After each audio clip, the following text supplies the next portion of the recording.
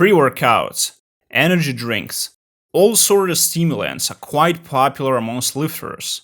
For an obvious reason, they make you energetic, which helps to train heavy. However, many people claim that pre-workouts, energy drinks, and even coffee are dangerous, and they are basically drugs. Are they really that dangerous? Let's investigate this controversial topic. So let's talk about energy drinks first, because this is really important.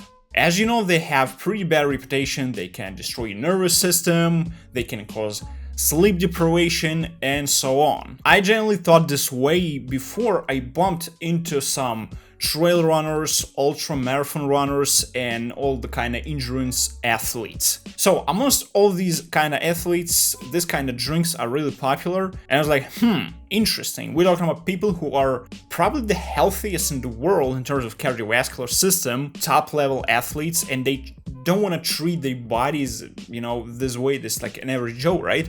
Why did they consume all this, substances that can cause lots of health problems? The reason is obvious. They train every day for multiple hours, and when they irritate their nervous system with all this energy drinks and coffee, it doesn't cause any kind of problem because they release all this additional energy throughout physical activity. But what happens when an average Joe who has some kind of office paperwork and does work out at all starts to consume lots of energy drinks and coffee? So his nervous system is always irritated. During the night he can't sleep well. On the next day he doesn't feel recovered, so he decides to consume more energy drinks and more coffee, which creates this kind of infinite loop. So nervous system is always irritated but never actually rests.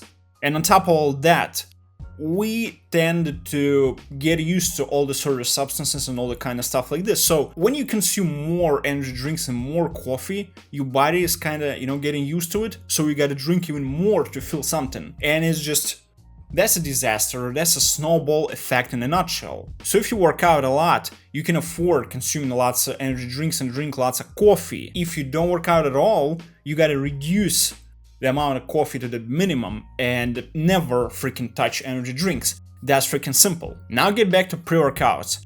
Pretty same idea, however, there are more nuances. Nowadays there are many gym bros who are kinda addicted to pre-workouts, and I haven't heard stories or I even know people who take pre-workouts but don't work out at all, which is freaking nuts. But we're talking about lifters, so lots of gym bros are hooked on pre-workouts and they rely on them so heavily that they can't exist without taking excessive amounts of pre-workout. But you said if you work out, it's not dangerous. I mean, to some certain limit. So listen, first mistake. People take pre-workouts on the days when they don't have a workout. On top of all that, they can take pre-workouts after training sessions. Second mistake. People confuse the idea of what pre-workouts are meant to be. They think of pre-workouts as some sort of tool that's just gonna make you so energetic that you go to a gym and just destroy the gym, like bend all the barbells, which is a very common misconception. So you gotta know how to get hyped up and how to train heavy without pre-workouts just naturally. Pre-workouts are meant to make you awake.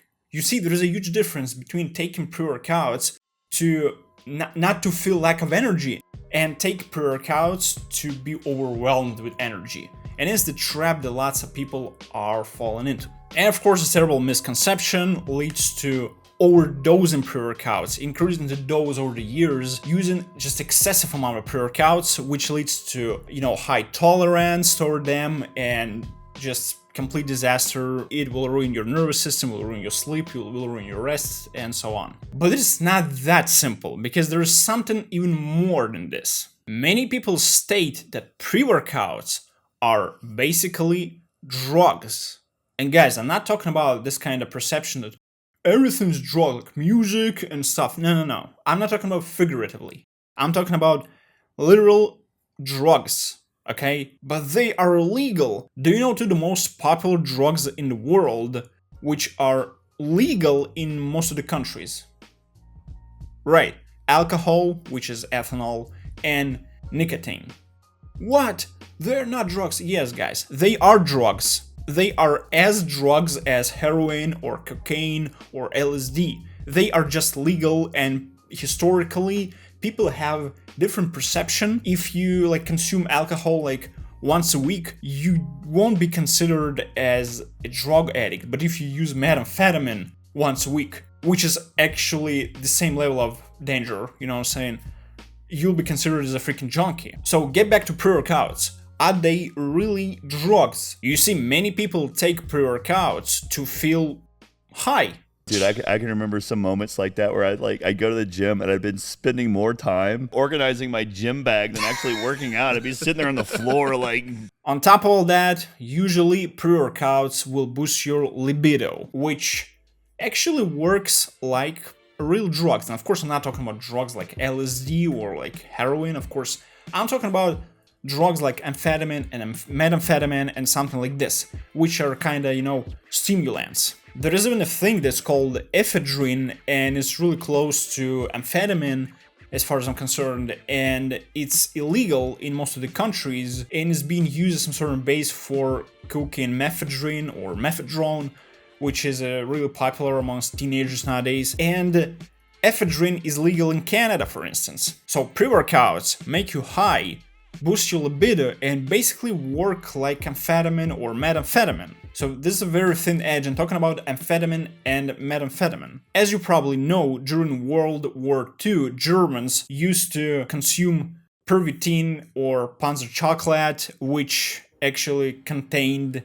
methamphetamine, and allies used benzodrine, which was amphetamine as far as I'm concerned, and it was a common practice to use combat stimulants during all the 20th century, and it's still a very common practice. And it's kind of funny because this is one of the reasons why so many junkies appeared in Western Europe or in the States during second half of 20th century, because after war there were lots of ex-soldiers who were used to, all this kind of stimulants, which were basically drugs. On the other hand, we got Soviet Union. They used to give soldiers 100 grams of vodka per day, but they realized that it didn't work that well. It didn't, make you fight better. And again, alcohol was being used as a combat stimulant for a very, very long period of human history. So this is one of the reasons why Soviet Union had higher rate of alcoholics than Western Europe or the States, but fewer rate of drug addicts. I mean, it's not the only reason, but one of the reasons, guys. So using some kind of combat stimulants was a very common practice, not even like 10, 100 years ago, but even freaking thousands of years ago. You probably heard the stories about like Viking and Slavic berserkers who consumed some kind of mushrooms before a fight. I don't know whether it's a myth or not, but probably some stories like this